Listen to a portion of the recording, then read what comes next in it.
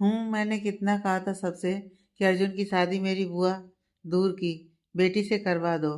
खानदानी होने के साथ साथ कितना कुछ लेकर आती अपने साथ, मगर किसी ने मेरी बात नहीं सुनी। राधा दीदी ने तो उस सानी को एक ही झटके में अपनी बहू स्वीकार कर लिया, बिना उसके अतीत के बारे में जाने। उस पर खाली हाथ ही आई है वो लड़की।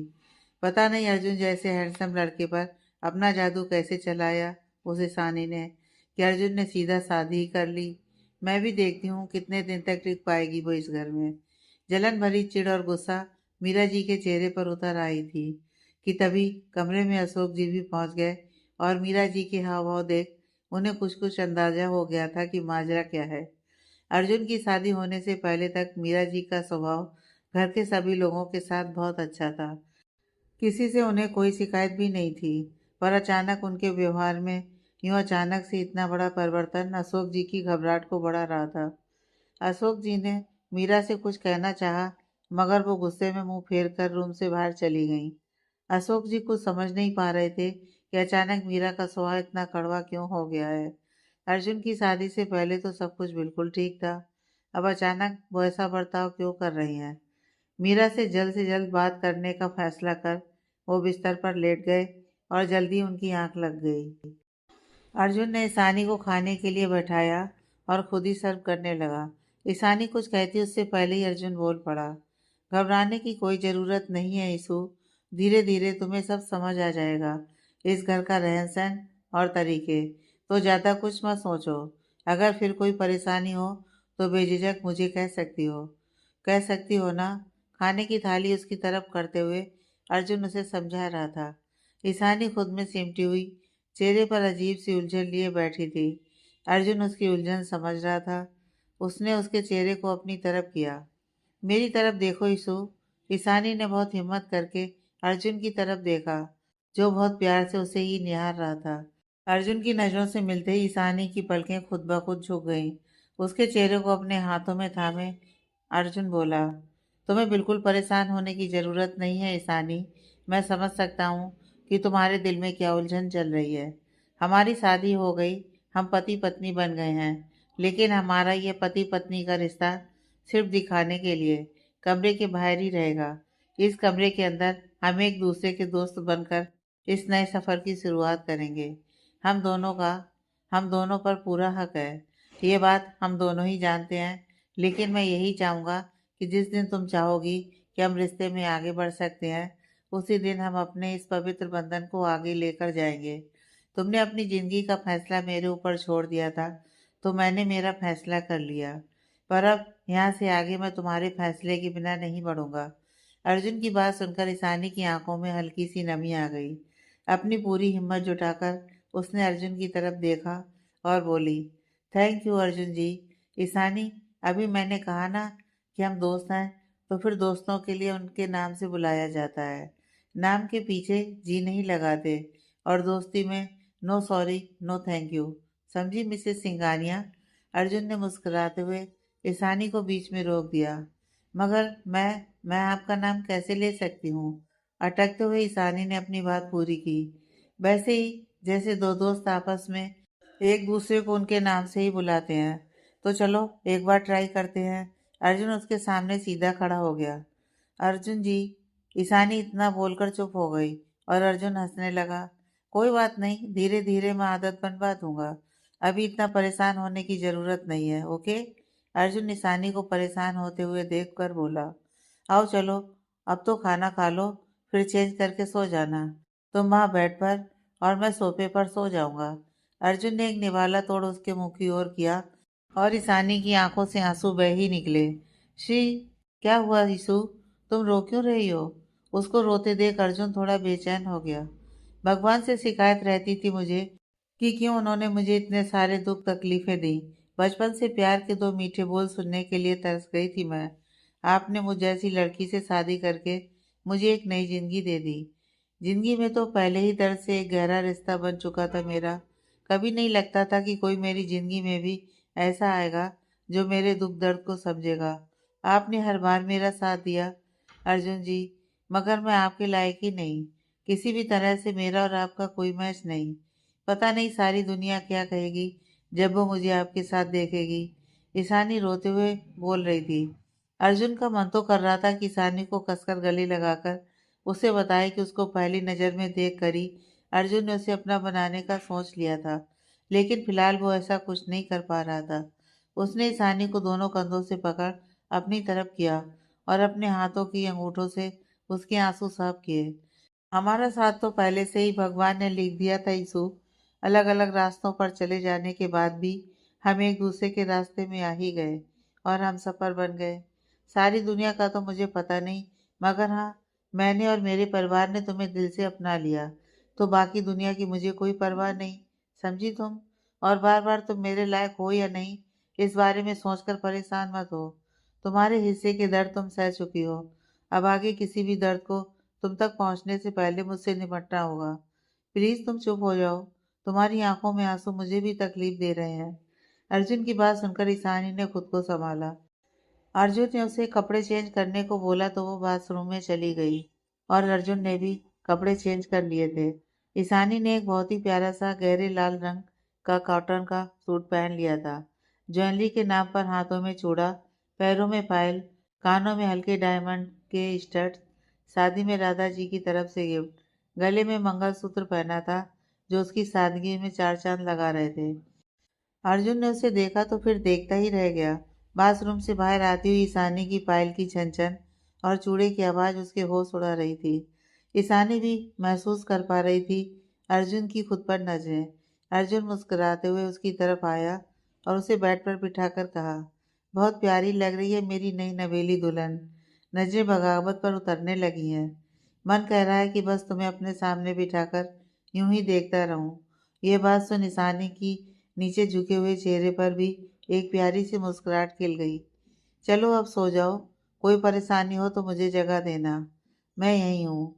माँ ने कहा था कि कल पग फेरे की रस्म के लिए तुम्हें जाना है केशव के घर, वो आएगा तुम्हें लेने। वैसे अब मैं भी तुम्हें कहीं नहीं जाने देना चाहता, पर यह रस्म है तो निभानी होगी। बेड से अपने लिए तकिया और चादर उठाते हुए अर्जुन ईशानी को बता रहा था।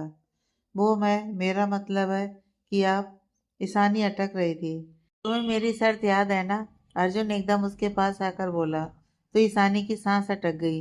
अब तो हमारी शादी हो चुकी है यीशु। अब तो मुझसे खुलकर अपने मन की बात कह सकती हो ना? अर्जुन ने उसे अपनी तरफ घुमाते हुए पूछा। तो ईशानी ने हाँ में सिर हिला दिया। तुम्हारी आवाज़ सुनना चाहता हूँ। शर्त भी इसलिए रखी थी कि मेरी प्यारी सी पत्नी जी, वो मेरे से आगे कुछ बोलती ही नहीं है और इधर मैं उसकी आवाज़ सुनने के लिए तरस गया हूँ। बोलो क्या कहना चाहती हो?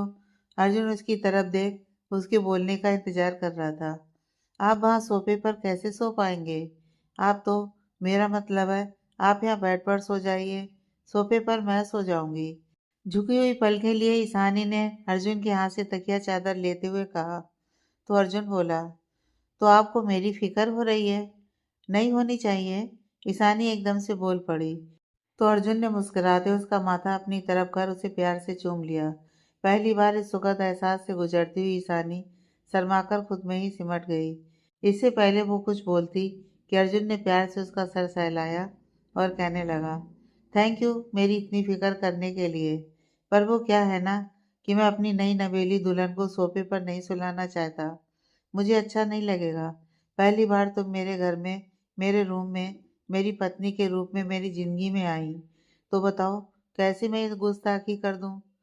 मैं सो जाऊंगा आराम से वहाँ, तुम भी सो जाओ, गुड नाइट। ईशानी बिस्तर पर लेट गई और अर्जुन सोफे की ओर चला गया। दोनों का चेहरा एक दूसरे की तरफ ही था। बस फर्क इतना था, अर्जुन अपने प्यार को अपने सामने जी भरकर देख रहा था और ईशानी उसकी नजरों की तपिश खुद पर महसूस कर रही थी, क्योंकि पलकों ने शर्म का पर्दा जो डाल रखा था। कुछ ही देर में ईशानी मीठी नींद के आगोश में चली गई, मगर अर्जुन, उसे नींद कहाँ आने वाली थी। वो बस सोफे पर इधर उधर करवट बदल रहा था। मन तो कर रहा था कि बेड पर जाकर सो जाऊं, मगर अभी वो ईशानी को किसी भी हाल में अनकंफर्टेबल महसूस नहीं होने देना चाहता था। तो बस वो चुपचाप ईशानी को देख रहा था। सुबह 4 बजे के करीब कहीं जाकर उसको नींद आई। सुबह 6 बजे ईशानी की नींद खुली और उठकर बैठी तो सामने अर्जुन को देखकर उसके चेहरे पर प्यारी सी मुस्कुराहट आ गई। सोफे पर सोने की जद्दोजहद साफ पता चल रही थी। एक पैर नीचे की तरफ लटका हुआ था, चादर भी नीचे ही गिरी हुई थी और वो जनाब जबरदस्ती सोफे पर सो रहे थे। जबरदस्ती इसलिए कि हट्टा कट्टा अर्जुन कैसे खुद को सोफे पर एडजस्ट कर पा रहा था। ईशानी ने बेड से उठकर बिस्तर ठीक किया और अर्जुन की तरफ आ गई। सोता हुआ अर्जुन कितना हैंडसम लग रहा था और मासूम भी। मासूम वो कैसे? ईशानी के पास आज पहला मौका था जब वो अर्जुन को पूरी तरह से निहार सकती थी, क्योंकि जागने के बाद तो उसकी आंखें उसकी तरफ उठती ही नहीं। कितना रौबदार चेहरा था उसका, गोरा रंग, जिम में बनाई बॉडी। ईशानी अपलक उसे निहार रही थी और भगवान को मन ही मन थैंक यू भी बोल रही थी कि उन्होंने अर्जुन को उसकी जिंदगी में ले आए। ईशानी सोच ही रही थी कि अर्जुन ने करवट बदली और अब उसका चेहरा दूसरी तरफ हो गया। ईशानी ने गिरी हुई चादर उठाई और अर्जुन को उड़ा दी। पता नहीं मगर दिल के एक कोने में आप रहने लगे हैं अर्जुन जी। दिल कहता है आप हमेशा मेरे सामने मेरे साथ रहें। आपको देखते ही मेरे दिल को करार आ जाता है। मुझे अपने जीवन साथी चुनने के लिए आपका बहुत बहुत शुक्रिया अर्जुन जी। उसे निहारते हुए ईशानी अपने दिल की बात बहुत ही धीमी आवाज में कह रही थी। अर्जुन को चादर उड़ाकर वो पीछे पलटी तो वो आगे बढ़ नहीं पाई। चेहरे पर हैरानगी का भाव लिए उसने पलटकर देखा तो अर्जुन लेटे हुए उसकी कलाई पकड़े मुस्कुरा रहा था। ईशानी तो शर्म से सिमट गई और कलाई छुड़ाने की कोशिश करने लगी, मगर अर्जुन की पकड़ से छूट पाना उसके लिए इतना आसान नहीं था। कोशिश भी मत करना। अर्जुन अब सोफे से उठकर खड़ा हो गया था और ईशानी को देख रहा था। वो प्लीज, मैं तो बस आपको चादर उड़ा रही थी। माफ कीजिए, मेरी वजह से आपकी नींद खराब हो गई। ईशानी नजर चुराते हुए बोली तो अर्जुन थोड़ा सा उसके करीब आ गया और बोला, मुझे नींद आई ही कब, जो आपने खराब कर दी। पर अच्छा ही हुआ। अगर नींद खराब नहीं होती तो आपके मन की बात कैसे सुन पाता मैं। अर्जुन की बात सुनकर ईशानी की आंखें बड़ी हो गईं। हे भगवान, इन्होंने सब सुन लिया। अब मैं क्या करूं? मन ही मन ईशानी वहां से निकलने के बारे में सोचने लगी। अर्जुन की तरफ तो वो वैसे ही नहीं देख पाती थी, अब तो और भी ज्यादा शर्म आ रही थी उसे। हाँ तो क्या कह रही थी तुम? दिल के किसी कोने में अर्जुन शरारत से बोल ही रहा था कि ईशानी जल्दी से अपना हाथ छुड़ाकर बाथरूम की तरफ भाग गई और अर्जुन उसको ऐसे देखकर हंस दिया। दिल में तो मैं आ ही चुका हूँ। तुम्हारी झुकी हुई पलकें इस बात की गवाही देती हैं। बस तुम्हारे मुंह से सुनने की ललक जाने कब खत्म होगी। I will wait Ishu. जब तुम मेरे सामने अपने दिल की बात मुझे बताओगी। खुद से ही बात करते हुए अर्जुन मुस्कुरा दिया। ईशानी नहा धोकर नई नवेली दुल्हन की तरह लाल रंग की साड़ी 16 श्रृंगार किए नीचे हॉल में आई, जहाँ सब बड़े बैठकर नाश्ते का इंतजार कर रहे थे। ईशानी ने सबके पैर छुए और किचन की तरफ जाने लगी कि तभी किचन से बाहर नाश्ते की ट्रे लेकर आती हुई दादाजी ने उसे रोक दिया। अभी नहीं बहू, अभी थोड़ी देर में केशव आने वाला है तुम्हारे पग फेरे की रस्म के लिए। पहली ये रस्म हो जाए, फिर तुम्हारी पहली रसोई की रस्म होगी। अभी मैं तुम्हारे और अर्जुन के लिए नाश्ता भिजवाती हूँ। जब केशव आ जाएगा तो मैं तुम्हें बुलवा लूँगी, ठीक है? दादाजी ने बड़े ही प्यार से ईशानी को समझाया तो ईशानी फिर एक बार अपने कमरे की तरफ बढ़ चली। कमरे की ओर जाते हुए दिल की धड़कनें बढ़ रही थीं। सुबह की घटना के बाद उसे अर्जुन से अब और ज़्यादा शर्म आ रही थी और अभी अर्जुन रूम में ही है। धीरे से रूम का दरवाज़ा खोल ईशानी ने झाँक कर देखा तो अर्जुन उसे कहीं नहीं दिखाई दिया। थोड़ी तसल्ली के साथ वो अंदर आई तो मालूम हुआ कि फिलहाल अर्जुन बाथरूम में है। शुक्र है भगवान का। ईशानी भगवान को थैंक यू बोल ही रही थी कि तभी ऊपर शर्टलेस, नीचे लोअर डाले, टॉवल गले में डाल अपने गीले बालों को झटकता हुआ अर्जुन बाहर आया। दोनों ने एक दूसरे को देखा तो एक पल के लिए दोनों झिझक गए। ईशानी तो एकदम से पलट गई और अर्जुन ने भी खुद को यकीन दिलाया कि सामने उसकी पत्नी खड़ी है तो जस्ट चिल। ईशानी वापस बाहर जाने को मुड़ी तो अर्जुन ने उसे आवाज़ लगाई, ईशानी, जरा कबर्ड में से मेरी वाइट शर्ट और ब्लैक पैंट निकाल दो प्लीज़। अर्जुन जानता था कि ईशानी के अंदर अभी झिझक है उससे बातें करने में, इसलिए वो उसे कंफर्टेबल करना चाहता था और इसी वजह से वह उस परिस्थिति में बिल्कुल सामान्य ही रहा। जी मैं अभी निकाल देती हूँ। इतना बोलकर ईशानी अलमारी की तरफ आई और उसमें से अर्जुन की बोली हुई ड्रेस बाहर निकाल कर रख दी। देखो, अभी थोड़ी देर में केशव तुम्हें लेने आ रहा है पग फेरे के लिए, तो तुम उसके साथ आराम से चली जाना। मैं अभी ऑफिस के लिए निकल रहा हूँ, शाम को वहीं से तुम्हें लेता आऊँगा। तैयार रहना, ठीक है? अर्जुन ईशानी को समझा रहा था कि तभी दरवाजे पर नॉक हुआ और अनाया अंदर आते हुए बोली, चलिए भाभी, केशव भैया आए हैं आपको लेने। माँ आपको और भाई को नीचे बुला रही हैं। ठीक है, तुम चलो, हम आते हैं। ईशानी के बोलने से पहले ही अर्जुन ने अनाया को वहां से भेज दिया। ईशु, तुमने सुना ना मैंने क्या कहा? मैं 5 बजे तक आ जाऊंगा तुम्हें लेने। अर्जुन ने ईशानी के दोनों कंधों पर हाथ रखते हुए कहा। जी ठीक है, मैं इंतजार करूंगी। ईशानी इतना बोलकर वहां से जाने लगी तो अर्जुन ने उसको रोका और उसके नजदीक आकर उसके माथे पर एक प्यारा सा चुम्बन दे दिया और उसका हाथ पकड़ नीचे हॉल में आ गया, जहाँ सब लोग केशव से बातें कर रहे थे। ईशानी को देखते ही केशव उठा और उसके पास आकर उसे गले लगाकर बोला, कैसी हो ईशानी? ये क्या बात हुई? अभी कल ही तो तेरे घर से मेरे घर आई है, तो अच्छी ही होगी ना? मुंह बनाते हुए अर्जुन ने केशव को कहा। तू क्यों बीच में बोल रहा है साले? मैं अपनी बहन से पूछ रहा हूँ। केशव ने भी उसको चिढ़ाते हुए कहा। अगर ईशानी तेरी बहन है तो तू मेरा साला हुआ ना कि मैं, समझा? बहुएं उचकाते हुए अर्जुन ने अपनी बात पूरी की। अरे हाँ भाई, अब तू जीजा जो बन गया है मेरा। दोनों हाथ जोड़ अर्जुन के सामने सर झुकाते हुए केशव बोला, तो अर्जुन ने उसे खींचकर अपने गले से लगा लिया और बोला, तू मेरा दोस्त ही रहे। तेरा मेरा जो रिश्ता है उसे शब्दों में ढालने की कोशिश ना कर। अच्छा ठीक है, हम निकलते हैं, थोड़ी देर में तुझे ऑफिस में मिलता हूँ। केशव बोला तो अर्जुन ने सिर हिलाकर कहा, ठीक है, मैं भी ऑफिस ही जा रहा हूँ। काफी दिनों से उधर सही से ध्यान नहीं दे पाया मैं। वो तो राहुल ने सब कुछ इतने अच्छे से मैनेज कर लिया कि बिजनेस को कोई नुकसान नहीं पहुंचा। चले ईशानी? केशव के बोलते ही ईशानी ने सब बड़ों के पैर छूकर आशीर्वाद लिया। अनाया और विपुल को बाय बोलकर वो बाहर की ओर चली गई। अर्जुन की तरफ उसने नजर उठाकर भी नहीं देखा, पर वो जानता था कि ईशानी ने ऐसा क्यों किया। सब ईशानी और केशव को बाहर बाय बोलकर अंदर चले गए, मगर अर्जुन वहीं खड़ा रहा।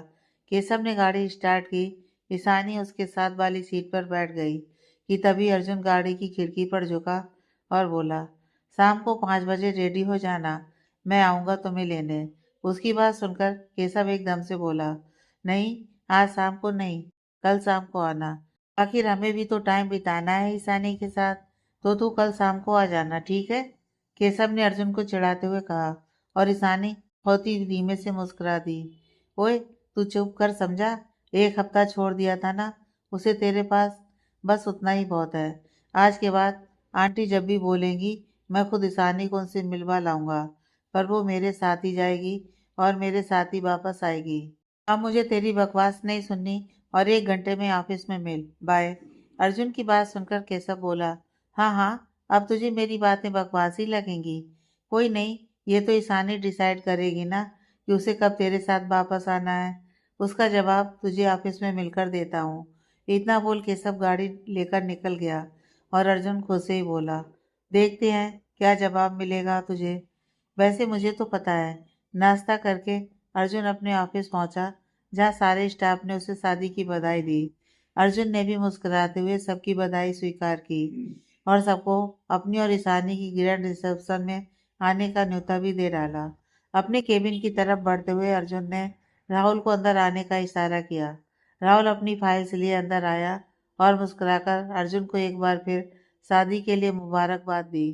अपनी चेयर पर बैठा हुआ अर्जुन खड़ा हुआ और राहुल के पास आकर उसका कंधा थपथपाते हुए उसे गले से लगा लिया। थैंक यू राहुल, मेरी और केशव की अब्सेंस में तुमने बिजनेस को अच्छी तरह से हैंडल किया। पिछले कुछ दिनों से मैं अपने बिजनेस की ओर बिल्कुल ध्यान नहीं दे पाया, मगर अब सब सही हो गया। अर्जुन बहुत ही कृतज्ञता के भाव से राहुल से अपने दिल की बात कह रहा था। ऐसी कोई बात नहीं है सर, आप और केशव सर मुझ पर इतना भरोसा करते हैं। मैंने बस अपनी जिम्मेदारी निभाई है। मैं भी यही चाहता हूँ कि हमारी कंपनी पूरे देश की नंबर 1 कंपनी बन जाए।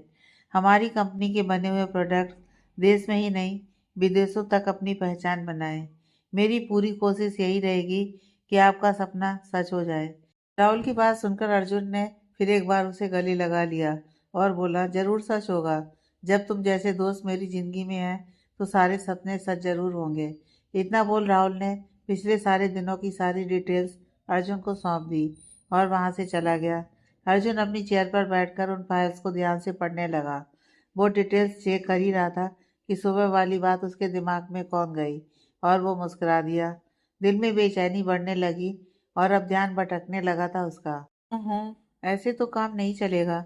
जब तुमको पहली बार शिमला में देखा था तब से तुम मेरे दिल में उतर गई थी और तब से मेरे दिल दिमाग पर तुम्हारी गहरी आंखों ने अपना कब्जा जमा लिया है। ऑफिस का काम कैसे करूंगा मैं?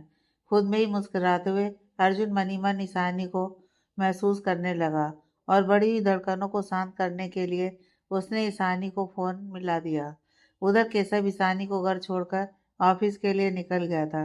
ईशानी और अनीमा जी बैठकर बातें कर रही थीं कि तभी ईशानी का फोन बज उठा।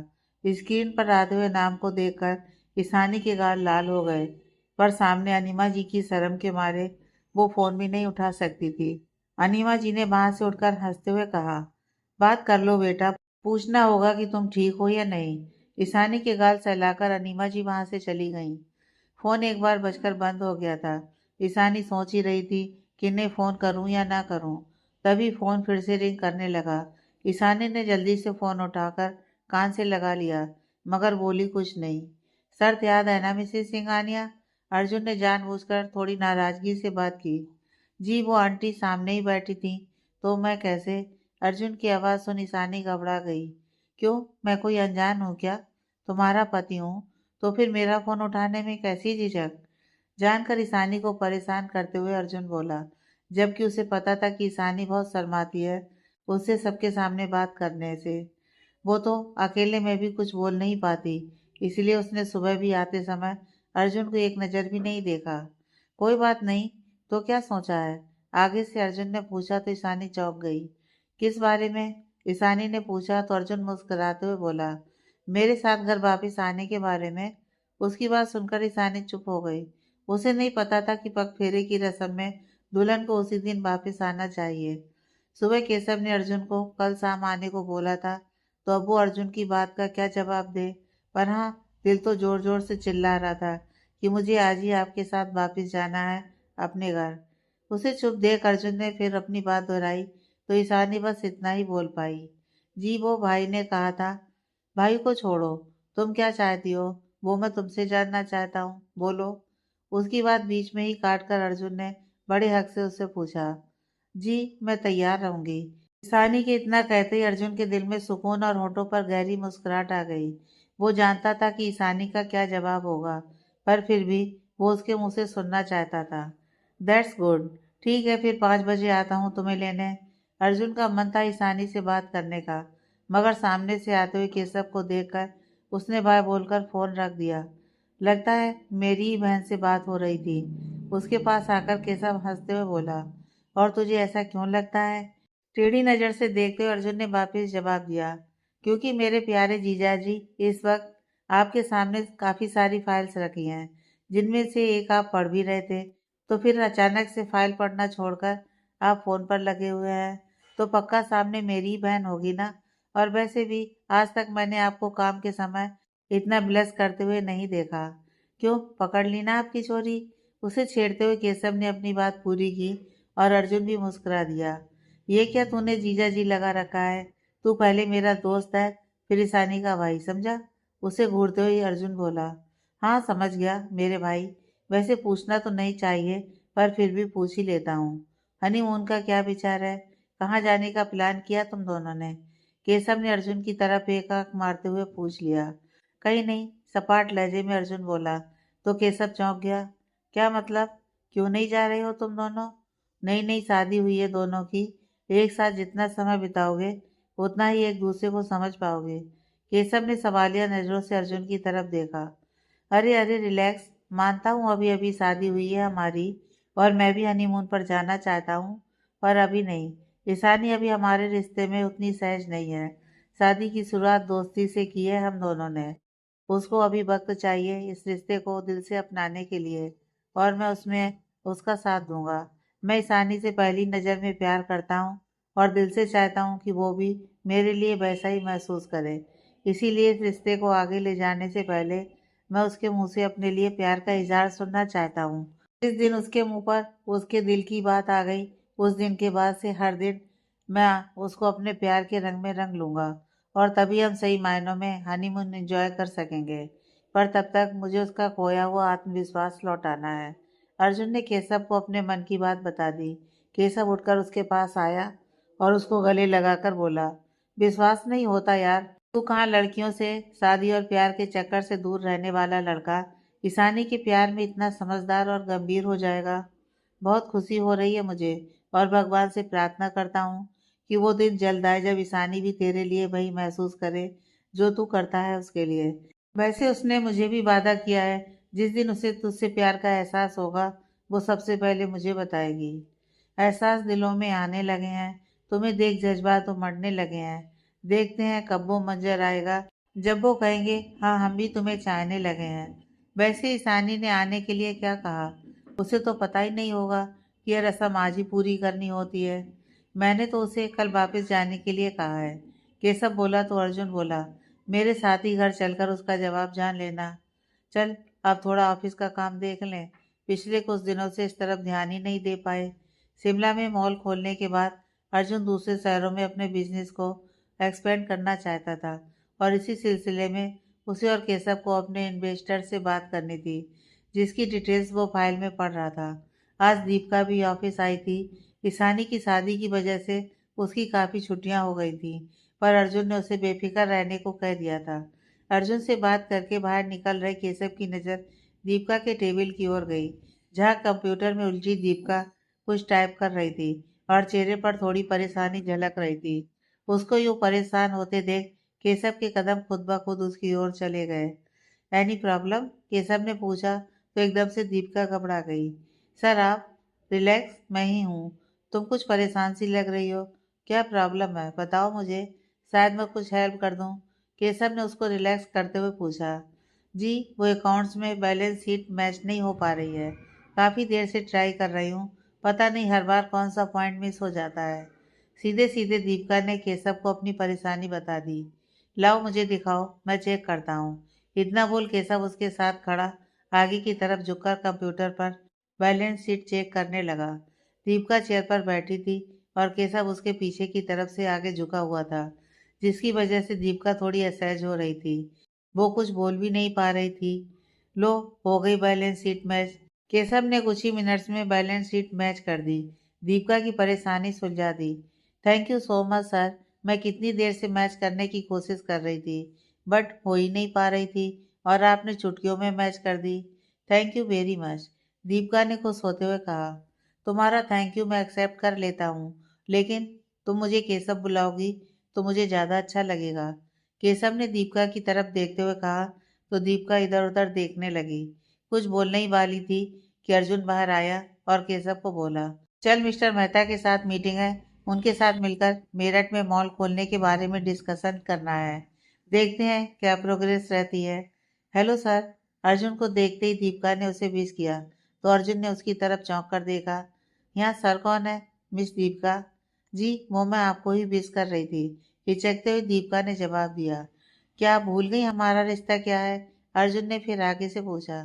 जी वो ये ऑफिस है तो मुझे लगा। दीपिका ने बात पूरी भी नहीं की कि अर्जुन बोला, तो क्या ऑफिस में हमारा रिश्ता बदल गया? वैसे तुम मुझे जीजा जी बोलोगी तो मुझे ज़्यादा अच्छा लगेगा, बाकी मैं तुम्हें फोर्स नहीं करूँगा। जी सर, आई मीन जीजा जी, मुस्कुराते हुए दीपिका ने कहा तो केशव बोला, मैं भी इसे यही कह रहा था कि अब तो हम रिश्तेदारी में बन चुके हैं तो मुझे भी तुम नाम से बुला सकती हो। अच्छा, वैसे तुम्हारी क्या रिश्तेदारी है दीपिका से? अपनी बहुएं उचकाते हुए अर्जुन बोला तो एक बार को तो केशव सकपका गया, फिर तुरंत संभलते हुए बोला, तेरी तरफ से मैं ईशानी भाभी का देवर हुआ और इनकी तरफ से मैं उनका भाई, और ये छोटी बहन और मेरी तरफ से उनकी साली। तो हुई ना हम दोनों की भी रिश्तेदारी। अच्छा ठीक है, समझ गया मैं। पहले केशव की तरफ देख अर्जुन बोला, फिर दीपिका से कहने लगा, अभी हमारी एक अर्जेंट मीटिंग है, हम उसे अटेंड करके आते हैं। फिर तुम हमारे साथ ही केशव के घर चलना। आज ईशानी वहाँ पग फेरे की रस्म के लिए गई हुई है, तुमसे मिलकर उसे बहुत खुशी होगी। ठीक है जीजू, दीपिका ने हंसते हुए कहा तो वो दोनों वहां से मीटिंग के लिए निकल गए। उनके जाने के बाद दीपिका एक बार फिर अपने काम में लग गई। लेकिन उसके पास वाले डेस्क पर बैठी उसकी कुलीग मिष्टी का मुंह सिकुड़ गया। दीपिका ने उसकी तरफ ध्यान न देकर फिर अपने काम में लग गई। शाम के 5 बज चुके थे और ईशानी तैयार होकर अपने कमरे में अर्जुन का इंतजार कर रही थी। उधर अनीमा जी और महेश जी भी वहीं हॉल में बैठे आपस में कुछ बातें कर रहे थे, अर्जुन और ईशानी के रिसेप्शन को लेकर। तभी गाड़ी के हॉर्न की आवाज़ आई तो ईशानी ने खिड़की से झांका। केशव और दीपिका गाड़ी से बाहर आए और अंदर चले गए। अर्जुन को उनके साथ न देखकर वो थोड़ी मायूस हो गई, पर अगर अर्जुन ने कहा है तो वो ज़रूर उसे लेने आएगा। यही सोचकर वो अपने कमरे में इधर उधर बेचैनी से घूम रही थी। दीपिका ने अंदर आकर अनिमा जी और महेश जी के पैर छुए और फिर ईशानी से मिलने का बोल अंदर चली गई। केशव वहीं बैठ गया। अर्जुन नहीं आया तुम्हारे साथ? महेश जी ने पूछा तो केशव बोला, पापा वो आ रहा है अपनी गाड़ी से, हमारे पीछे ही था, शायद ट्रैफिक में फंस गया हो, आने वाला होगा वो। मैं जरा ईशानी से मिलकर आता हूँ। केशव ईशानी के रूम में पहुंचा तो ईशानी को तैयार देख उसके चेहरे पर हंसी आ गई।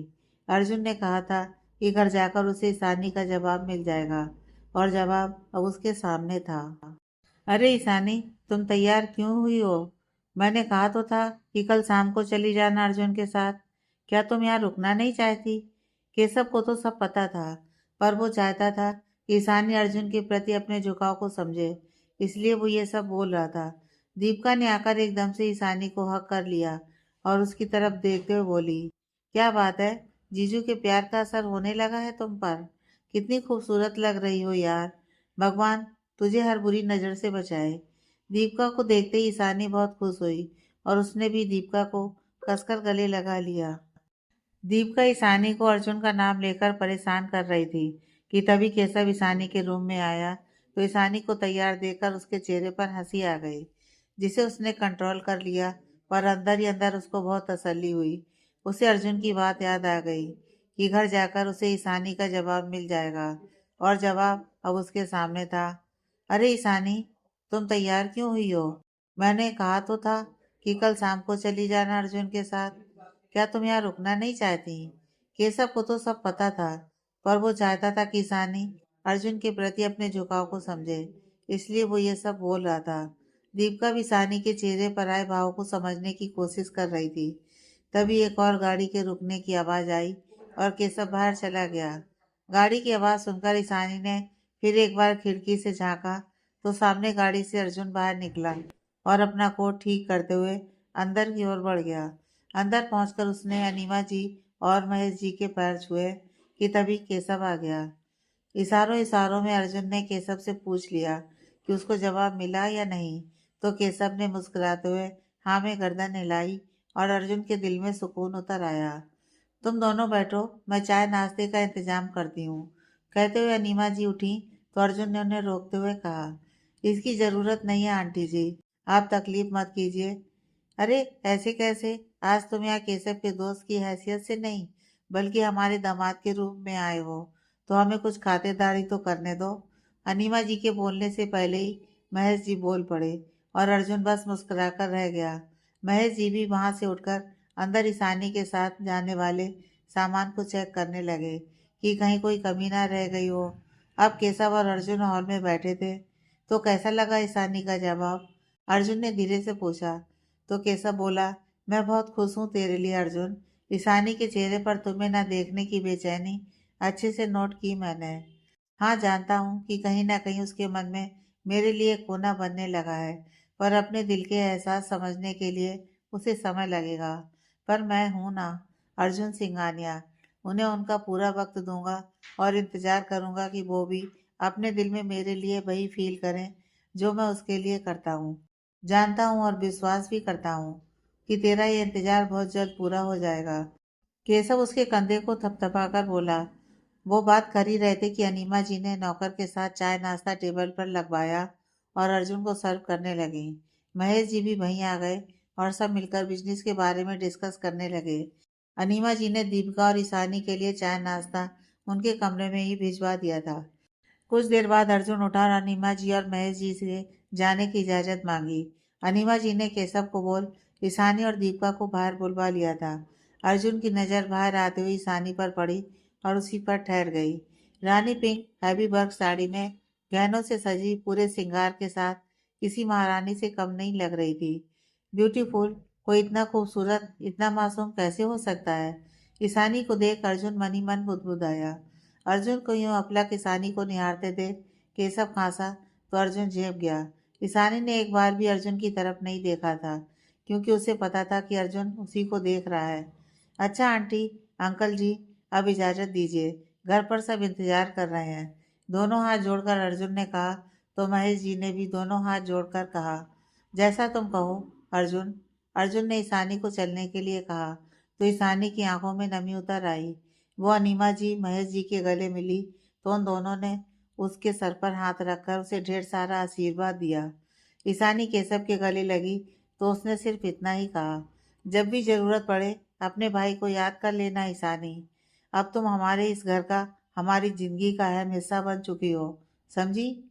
जी भाई, भरे गले से ईशानी ने कहा और दीपिका के गले लग गई। ईशानी, दुखों वाली रात तेरी जिंदगी से खत्म हो चुकी है। अब बारी नए सवेरों का स्वागत करने की है। अर्जुन जीजू तेरी जिंदगी में वही सवेरा बनकर आए हैं। अब तुझे समझना है कि तू कैसे इस सवेरे की किरणों से अपनी जिंदगी को रोशन करेगी। तू समझ रही है ना मैं क्या कह रही हूँ? दीपिका ने बहुत ही धीमी आवाज में ईशानी को समझाया। ईशानी ने कुछ कहा नहीं, बस हाँ में अपनी गर्दन हिलाई। इसके बाद अर्जुन अपनी नई नवेली दुल्हन को लेकर सिंगानिया हाउस के लिए निकल गया। सिंगानिया हाउस पहुंचकर सबसे मिलकर अर्जुन अपने रूम में चला गया और ईशानी माँ, दादी, दादाजी, अनाया और मीरा जी को अनीमा जी और महेश जी ने जो उपहार भेजे थे उन्हें देने लगी। सबने बहुत खुशी खुशी उपहार स्वीकार किए। तभी दादाजी ने ईशानी को कहा कि कल उसकी पहली रसोई है, तो जो भी उसे आता है बस शगुन के लिए थोड़ा सा बना दे, बाकी का संभाल वो लेंगी। ईशानी ने गर्दन झुकाई, हाँ में अपना सिर हिला दिया। मीरा जी ने थोड़े कटे लहजे में कहा, आता क्यों नहीं होगा भाभी, अपने घर पर यही सब काम तो करती होगी। अब पढ़ने लिखने में नहीं ध्यान होगा तो फिर घर का काम तो अच्छे से आता ही होगा ना, है ना ईशानी? मीरा जी की बात सुनकर ईशानी की आंखों में पानी आ गया, मगर कुछ बोली नहीं। मीरा जी की बात दादाजी और अनाया को भी बहुत बुरी लगी, मगर कांता जी को देख वो दोनों भी कुछ नहीं बोल सकी। कांता जी ने ईशानी की आंखों में आंसू देख लिए थे तो उन्होंने मीरा जी से थोड़े कड़क लहजे में कहा, बहू ये कैसी बात कर रही हो तुम? बोलने से पहले कुछ सोच लिया करो। काफी दिनों से तुम्हारा बदला हुआ स्वभाव देख रही हूँ। क्या बात है जो तुम ईशानी से उखड़ी उखड़ी रहती हो? उनके कड़क लहजे को देख मीरा जी थोड़ी सक पका गईं, पर खुद संभलते हुए बोली, नहीं माँ जी, ऐसा कुछ नहीं है। मैं तो बस ये कह रही थी कि छोटे शहरों में लड़कियों को ज्यादा पढ़ाया लिखाया नहीं जाता, तो फिर घर के कामों में तो खुद ही अच्छी होंगी ना। ईशानी को भी घर के सारे काम बखूबी आते ही होंगे ना। क्या मैं कुछ गलत बोल रही हूँ? इस वक्त भी इनका लहजा तंज भरा ही था, बस आवाज नीची थी। कोई कुछ बोलता इससे पहले ही अनाया बोल पड़ी, हाँ चाची आप बिल्कुल सही कह रही हैं। अब देखिए ना, आप भी कहाँ ज्यादा पढ़ पाई, मगर ये आपने हमारे इस घर को कितनी खूबसूरती से इस घर को संभाला है ना? अनाया ने बहुत ही आराम से मगर मीरा जी को जवाब दे दिया था। पर कहते हैं ना, जब बुद्धि खराब हो जाए तो हर सही बात गलत लगने लगती है। अनाया की बात सुनकर मीरा जी चिढ़ गईं और कांता जी की तरफ देखकर बोली, अब देखिए अनाया मुझसे कैसे बात कर रही है, अब इसे कुछ नहीं कहेंगी आप? तो उसने गलत ही क्या कहा है बहू? कांता जी के इतना कहते ही मीरा जी के चेहरे पर गुस्से की लहर आ गई, पर वो इसके आगे कुछ कह भी नहीं पाई और उठकर अपने कमरे में आकर बड़बड़ाने लगी। राधा जी उठकर ईशानी के पास आई और बहुत प्यार से उसके सर पर हाथ फेर कर उससे कहा, अपनी चाची की बात का बुरा मत मानना बहू, उसने बस ऐसे ही बोल दिया, आप फिक्र मत कीजिए माँ, वो बड़ी है मुझसे, उनकी बातों का बुरा मानने का तो कोई सवाल ही नहीं उठता। बहुत ही धीरे से ईशानी ने उनका हाथ पकड़ते हुए कहा, थैंक यू मेरे बच्चे, अच्छा आप जाओ और आराम कर लो, कल के लिए तैयार रहना। मुस्कुराते हुए राधा जी ने ईशानी को अनाया के साथ उसके रूम की तरफ भेज दिया। नीचे का सारा घटनाक्रम ऊपर अपने कमरे से बाहर आते हुए अर्जुन ने देख और सुन लिया था। मीरा चाची के स्वभाव में आए बदलाव को उसने भी महसूस किया था, पर यह नहीं पता था कि वो ईशानी को इस तरीके से नीचा दिखाएंगी। खैर उसने ईशानी को अनाया के साथ अपने कमरे की तरफ आते देखा तो खुद वापस कमरे में चला गया। अनाया और ईशानी दोनों कमरे में आए तो अर्जुन अपने लैपटॉप पर आंखें गड़ाए बहुत ही गंभीर दिख रहा था। अच्छा भाभी, आप आराम करो, मैं चलती हूँ। ईशानी को कमरे में छोड़ अनाया वापस जाने को हुई तो अर्जुन ने उसे रोक लिया। जी भाई, कुछ काम है आपको? अनाया ने पलटते हुए पूछा। अनु, कल से ईशानी भी तुम्हारे साथ कॉलेज जाएगी। मैंने इनके एडमिशन का सारा प्रोसेस पूरा कर दिया है, तो प्लीज कॉलेज में तुम अपनी भाभी का ध्यान रखना। ये सब कहते हुए अर्जुन के चेहरे के भाव गंभीर ही थे, मगर अनाया तो खुशी से उछल पड़ी और ईशानी बुरी तरह चौंक गई। वाह भाई, एकदम सही फैसला किया आपने। आप बिल्कुल फिक्र मत कीजिए, मैं अपनी प्यारी सी भाभी का पूरा ध्यान रखूंगी और आपको शिकायत का एक मौका भी नहीं दूंगी। थैंक यू, प्राउड ऑफ भाई। इतना बोल अनाया तो खुशी के मारे अर्जुन के गले ही लग गई और ईशानी हैरानी से उन दोनों को देखने लगी। मैं अभी ये बात दादी और माँ को बताकर आती हूँ। जैसे ही अनाया जाने लगी वो एकदम से रुकी और बोली, मगर कल तो भाभी की पहली रसोई की रस्म है। हाँ, तो वो रस्म के बाद चली जाएगी, अर्जुन ने अनाया को समझाते हुए कहा। ठीक है, मैं जाकर ये खुशखबरी सबको सुनाती हूँ। लब भाई। अनाया तो उछलती हुई वहां से चली गई, मगर ईशानी अभी भी जड़बत खड़ी थी। क्या हुआ, कुछ परेशानी है? ईशानी को चुप खड़ा देख अर्जुन उसके पास आकर बोला। कितना मन था मेरा आगे बढ़ने का। कितनी मिन्नतें की थी मैंने उनके सामने कि मैं उनकी हर बात मानूंगी, बस मुझे आगे बढ़ने दें। लेकिन उनके लिए मेरे आंसुओं की कोई कीमत नहीं थी।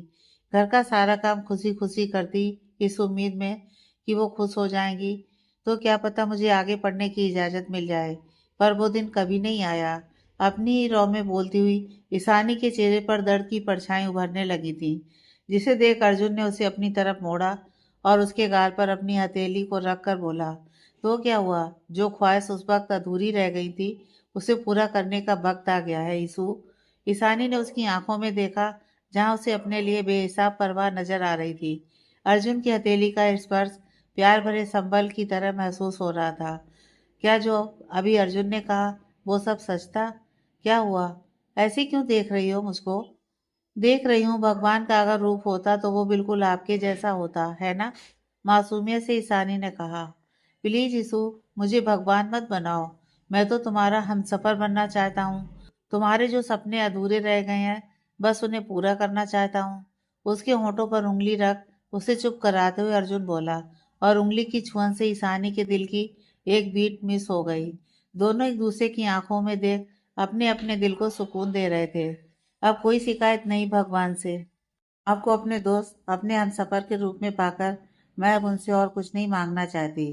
थैंक यू नहीं कहूँगी, क्योंकि आपको दोस्त माना है, पर हर दिन आपके प्रति मेरे दिल में सम्मान बढ़ता ही जा रहा है।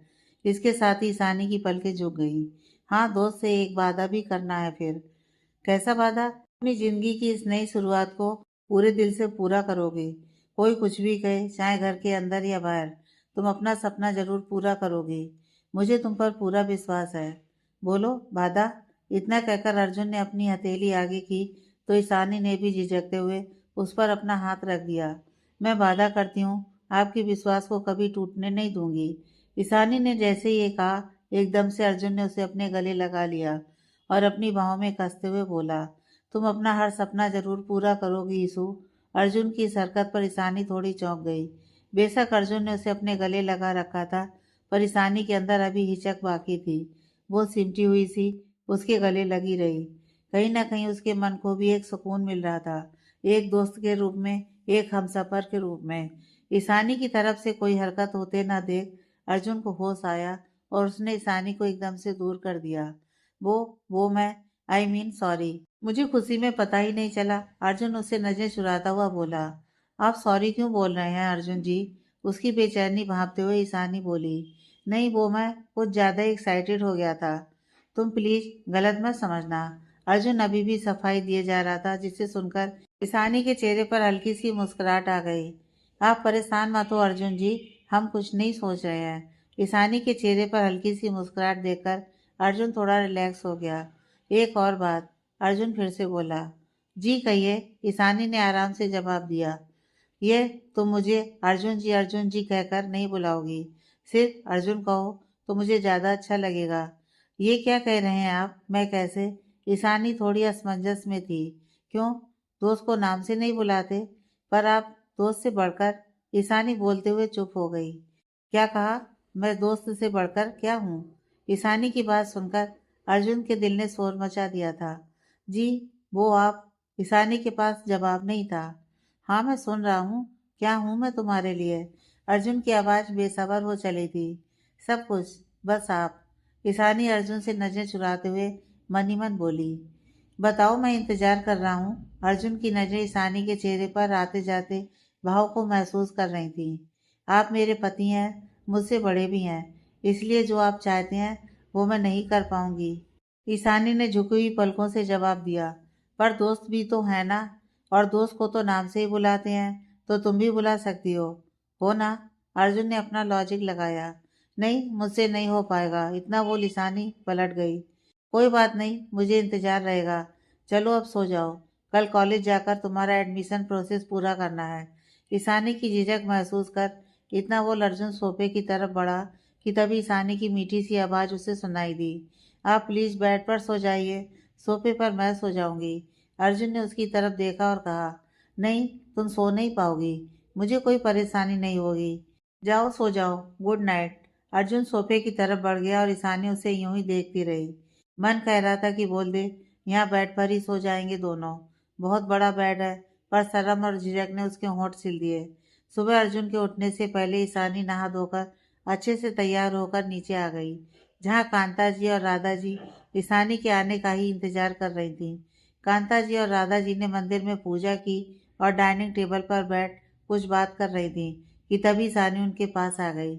ईशानी ने आते ही दोनों के पैर छुए। दोनों सास बहू ने अपनी नई नवेली बहू को ढेर सारा आशीर्वाद दिया और उसकी बलैयां ले लीं। कांता जी ने ईशानी को मंदिर में माथा टेकने के लिए कहा, जिसको करने के बाद ईशानी कांता जी के पास आकर खड़ी हो गई। आज तो मैं किचन में जा सकती हूँ ना दादी माँ? ईशानी ने शर्माते हुए और मुस्कुराते हुए खुद ही कांता जी से पूछ लिया। बिल्कुल, अब तो तुम्हें ही सब संभालना है ना मेरी प्यारी बिटिया। तुम्हें पता है ना, आज तुम्हारी पहली रसोई की रस्म है, तो फिर इस शुभ काम में देरी कैसी? हम भी तो देखें हमारी बिटिया क्या बना सकती है। बहुत ही दुलार के साथ कांता जी ने ईशानी के सर को सहलाया और राधा जी से बोली, बहू, जाओ अपनी बहू की रस्म पूरी करवाओ। जी माँ। इतना कह राधा जी ईशानी को लेकर रसोई में आ गईं, जहाँ मीरा जी पहले से ही नाश्ते की तैयारी कर रही थी। ईशानी ने आगे बढ़कर उनके भी पैर छू लिए। मीरा जी का मन तो नहीं था, पर आशीर्वाद दे ही दिया था। बेटा, इस रसम में मीठा ही बनाते हैं, तो जो भी तुम्हें अच्छे से आता है वो बना लो, और नहीं भी आता तो मैं बना देती हूँ, तुम बस हाथ लगाकर शगुन कर देना। ठीक है, राधा जी उसे समझा रही थी और मीरा जी के चेहरे पर चिढ़ साफ दिख रही थी। उन दोनों को किचन में देख मीरा जी मुंह बनाते हुए वहां से निकल गईं। उनको ऐसे जाता देख ईशानी के चेहरे पर उदासी आ गई, जिसे राधा जी ने भी देख लिया था। ईशानी का ध्यान बटाते हुए राधा जी ने पूछा कि बताओ क्या हेल्प चाहिए? माँ, आप बस यहाँ खड़े होकर मुझे सामान बताते जाइए, बाकी मैं खुद बना लूंगी। ईशानी ने राधा जी का हाथ पकड़कर साइड में खड़ी एक छोटी सी चेयर पर बैठा दिया और चूल्हा पूजन के बाद हलवा बनाने लगी। इधर अर्जुन की नींद खुली तो उसने इधर उधर नजर दौड़ाई, तो रूम में कोई भी नहीं था। बेड अच्छे से बना हुआ था, मगर कमरे में बिखरी हुई भीनी भीनी सी खुशबू उसके होश उड़ा रही थी। खुद में ही मुस्कुराता हुआ अर्जुन उठा और फिर सोने चला गया।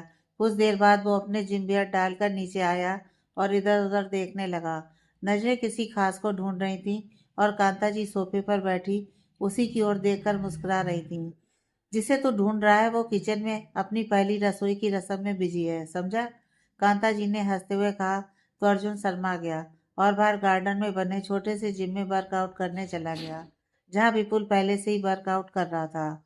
तू यहाँ आज इतनी जल्दी? क्या बात है? अर्जुन ने हैरानी से विपुल को देखते हुए बोला। क्यों, मैं नहीं आ सकता क्या?